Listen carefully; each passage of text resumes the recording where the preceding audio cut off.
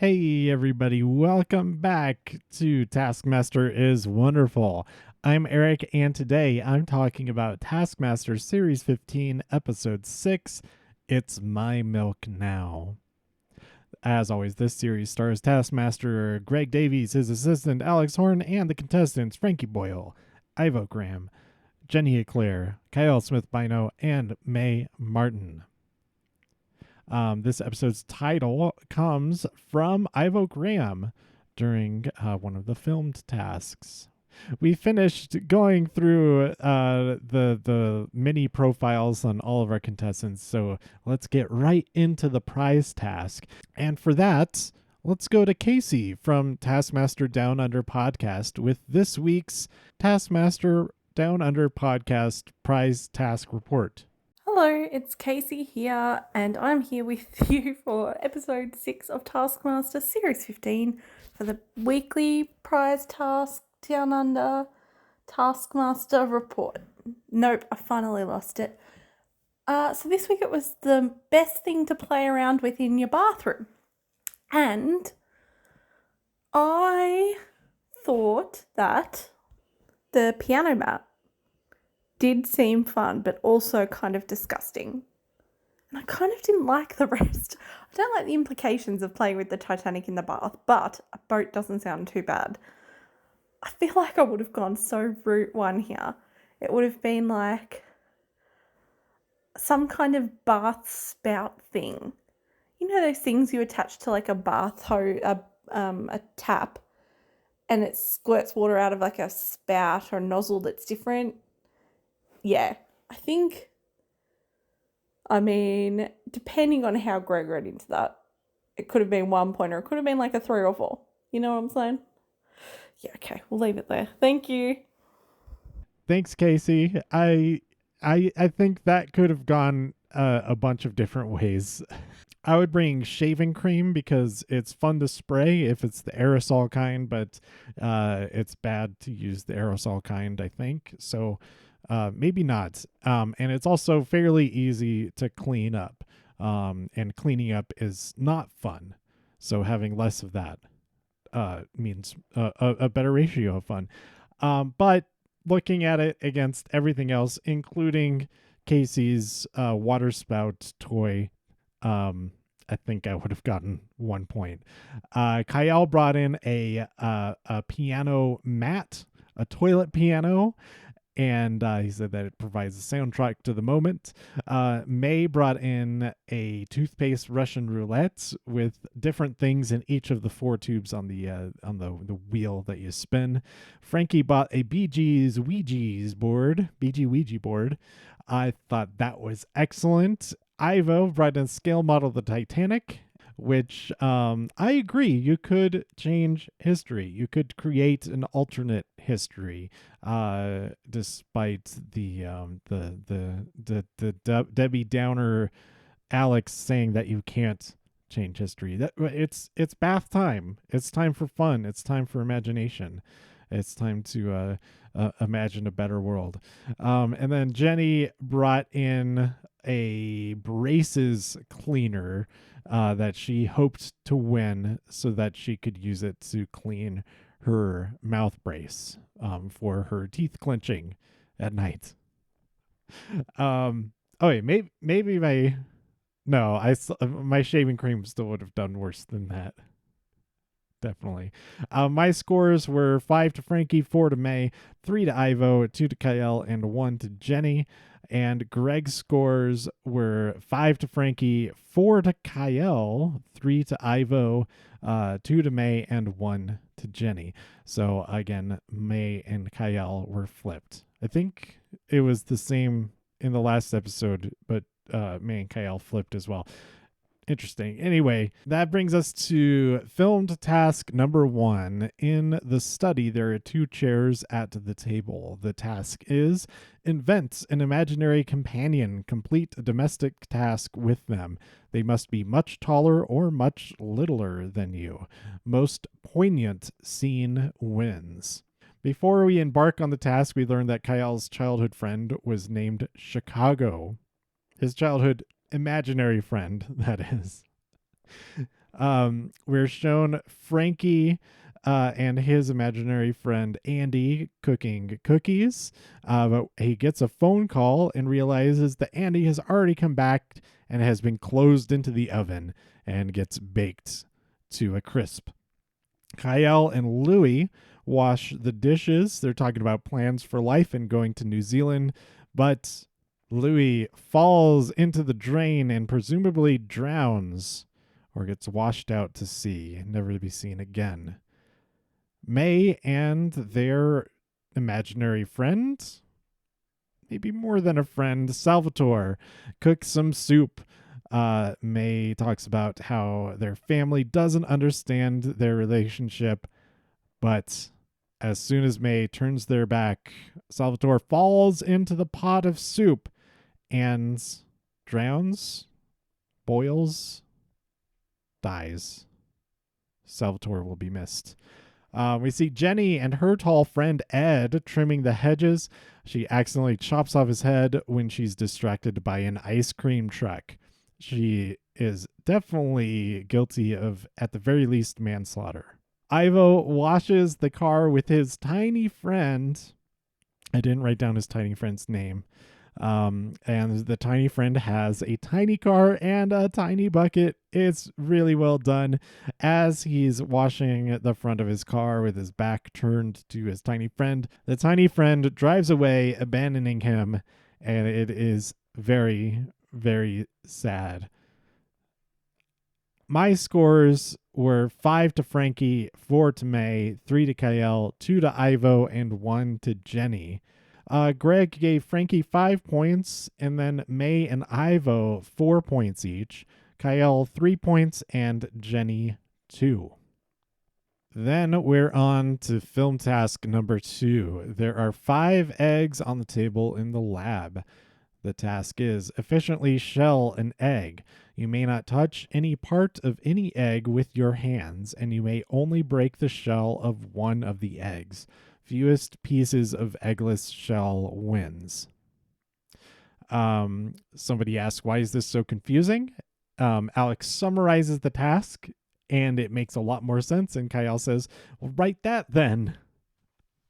So yeah, I think this will be a very memorable task for a long time for all of the wrong reasons, for how confusing it was and how poorly some people did on it, and just generally how upset everyone was, both during it and while re-experiencing it in the studio. But it was still a great time to watch. First, we see Jenny, who tries to remove her shoe for some reason, and then she cracks the egg open and spoons out the egg parts of it, eating most of it, and also eating a lot of the shell pieces, not including the parts that she ate. She was left with 20 pieces of shell. Ivo is shown next. He puts on some gloves, but he takes a really long time to get to that point. And so he kind of panics. He runs and grabs a knife, and he says that the only good thing he did was to keep his shoes on. He does score better than Jenny with only 13 pieces of shell. Then we see Kiell, who stumbles upon some drawing tools like a caliper and a compass, I think. And he kind of tries to pick it up with that, but ends up cracking it in a very convenient way, like a solid hole into the shell. And it's also done to the most fortuitous egg for that to happen to, because it is the only one of the 5 that is not a hard-boiled egg. So the egg starts leaking out. He separates it, and he ends up with just 6 pieces of shell removed from the egg. And then we see Frankie, who tries to determine which of the eggs is hard-boiled by putting them into water. They all sink, there was not any difference. I don't think the density of eggs changes when they're boiled or not. So I don't know. The real way to do it, to figure it out, I think, is to just spin the egg. And if it's all like weird wobbly, then it is raw because the inside is all sloshing around. But he didn't do that, and then he had a real bad time taking the shell off. He had 83 pieces of shell. And then we see Mae, who removes their shoes and socks at first, trying to use their feet to do something to these eggs, and very quickly realizes that is not the way to go. Then tries to use their mouth to do something to the eggs that is also not very effective. After getting the idea to go and get a pin to poke a hole in the egg, they dropped the egg that was in their mouth, and it happened to be the raw egg. So it cracked open, yolk all over the floor, and there was no other option but to just continue the process from there. And Mae ended up with only 3 pieces of shell, therefore winning the task. Mae got 5, Kiell got 4, Ivo got 3, Jenny got 2, and Frankie got 1. Next, we have filmed task number 3. At the front of the house is a huge green covering pretty much the entire paved part of the yard there, all the way up to the front gates. And then there's a bowling ball. The task is bash the big bell with the bowling ball. Fastest gets 5 points. Slowest gets 4 points. Nobody else gets any points. The scoring structure of this is very similar to the Touch the Cow task in New Zealand Season 3. Additionally, you are to stay off the grass unless you are wearing gold shoes. If anything other than the bowling ball or gold shoes touch the grass, you are disqualified. You have a maximum of 20 minutes. So first we see Jenny, who loses the ball off into the green after a first throw. So she goes and searches for some gold shoes. She finds a shoe in the pineapple, but can't find the other gold shoe. So she spray paints her shoes red.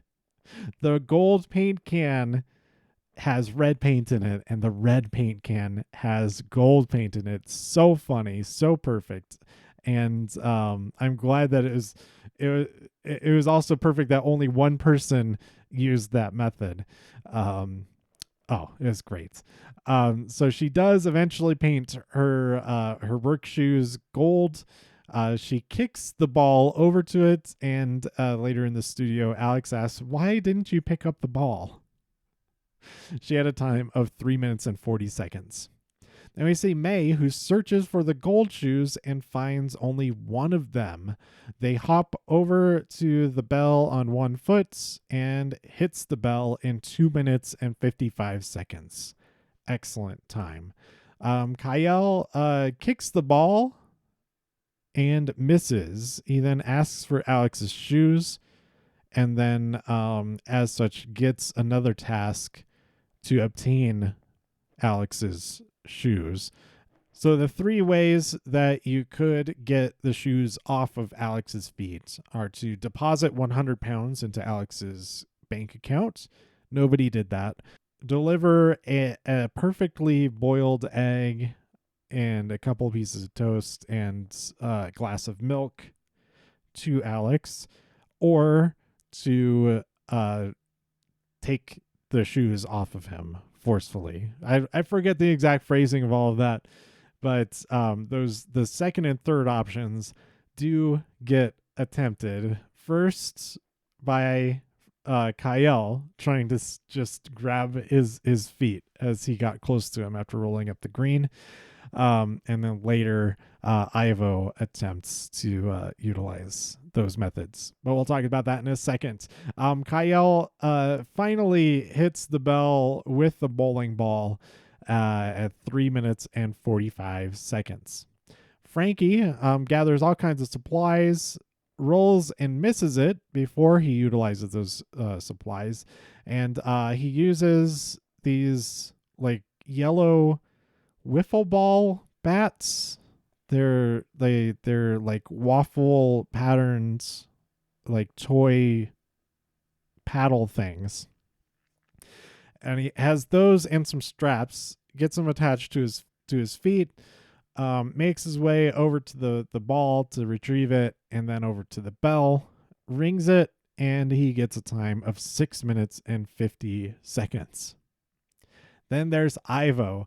He, of course, attempts to bowl the ball, but misses. And so then he asks Alex for his gold shoes. He gets those same options to obtain the shoes, and so he decides to go and make that breakfast. He does pretty poorly at that, and it takes a really long time. But as he's lured Alex over towards him, he steals the shoes off of his feet, saying, "I've lured you with a bad egg." Puts on the shoes, rings the bell, comes back and drinks Alex's milk. And that's when he delivers the titular line, "It's my milk now." His time is very well in the running to get 4 points because he gets the longest time of 19 minutes and 44 seconds. However, we are shown footage of Ivo, Kiell, and Jenny all stepping on the real grass. They didn't think about the real grass also being considered the grass that they could not step on. So another cruel twist in the world of Taskmaster. Mae and Frankie are the only ones who were not disqualified. And so Mae gets 5 points for the shortest time, and Frankie gets 4 points for having the slowest time. But there was a moment when it seemed possible that Mae could have gotten 9 points for having both the shortest and longest time, depending on if Frankie's golden yellow shoes were allowed or not. So we have the live task. Walk around the chairs listening to Greg's story. Then sit on a chair when you hear a word containing 2 letter L's. If you stop walking or touch a chair incorrectly, you are disqualified. If you fail to sit on a chair when you hear a word containing 2 letter L's, you are disqualified. Best listener wins. Each story has a different rule. So in this first round, the word with 2 L's is little, describing little Alex Horne, and Kiell just doesn't react to it at all. He also had already tripped over one of the chairs, so technically he had been disqualified anyway, I think. And so he just kept on walking straight over to Alex. The second round was sit down when you hear a word that contains the letter U. And Jenny missed out, but just barely. Frankie really got in there to get into the seat before her. She was asked if she was okay, and she just couldn't believe that happened. Round 3 was a word that starts and ends with the same letter. We did not hear what that word was because Frankie sat down prematurely, and Ivo almost followed his lead. Luckily, he caught himself before finishing his sit-down motion. So Frankie was out, leaving Ivo versus Mae, and everything comes back around again so often on this show. The rule was this: when you hear a 6-letter word, and that 6-letter word was the same word as the first round, little. So Mae heard that word and sat right down and got the full 5 points. Mae got 5 from that. Ivo got 4. Frankie got 3. Jenny got 2. And Kiell got 1. And so the overall scores from this episode were 21 points to the winner, Mae. 18 points to Frankie, 14 points to Ivo, 12 points to Kiell, and 7 points to Jenny. This was another really fun episode. I think my favorite task was the imaginary friends. The juxtaposition of the first 3, like those being intercut together, because they all took place in the kitchen. They all had like a similar sort of structure and all that. I thought that was really well done. So let me know what your favorite moments from this episode were by tweeting me at TIW Podcast. Go to TIWpodcast.com for more episodes. Thanks again to Casey at Taskmaster Down Under for this week's prize task reports. You can follow Taskmaster Down Under Podcast at TMDU Podcast on Twitter and Instagram. Thanks so much for listening, and I'll see you next time here on Taskmaster is Wonderful. Bye.